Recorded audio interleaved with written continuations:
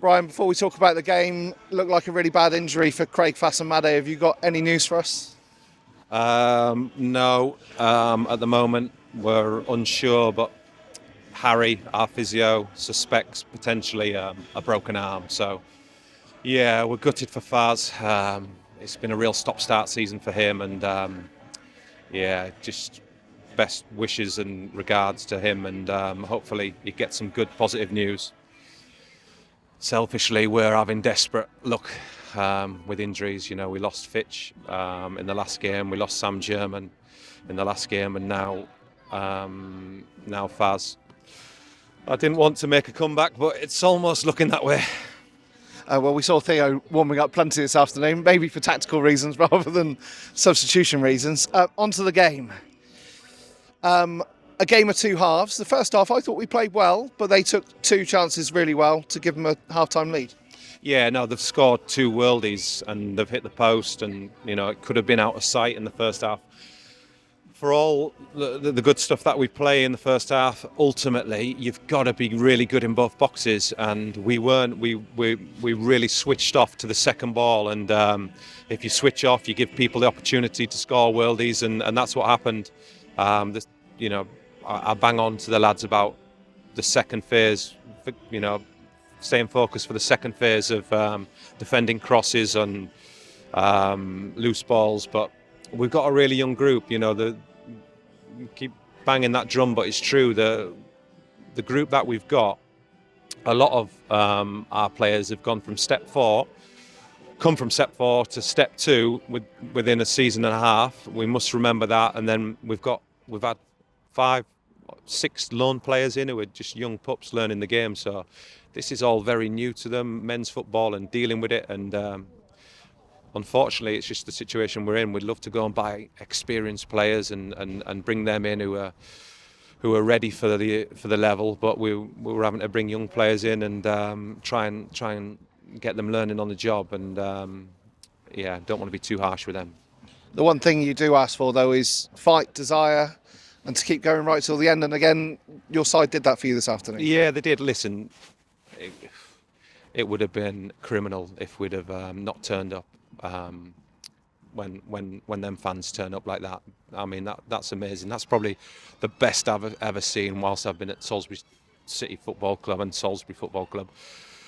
You know, obviously, yeah, we had the cup run, the Sheffield United third round, but you know, just for context, away at Weymouth on a bank holiday and the turn up like that and make it a home ground, I think that's absolutely amazing for them. So I can't thank them enough. But easy team talk for me. We can't let the fans down when they turn up like that. We've got to show the fight and spirit that's required, and that's the minimum. And credit to the boys. 2-0 down, confidence is low. The fans kept going even when we were 2-0 down. They didn't start getting on the players' back. They supported them, and they were rewarded. We were rewarded with that desire and determination not to give up and not to give in.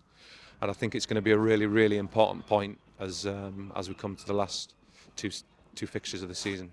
Well, it maintains that 3-point gap as St Albans and Enfield drew this afternoon. 3 points, 2 games to go. It's still in our hands. Yeah, it's still in our hands, and you know, there's plenty of fight left in our boys. We're down to the bare bones, but they're rolling the sleeves up and fighting. We'll make sure that we give it everything in the last 2 games and see where that takes us. But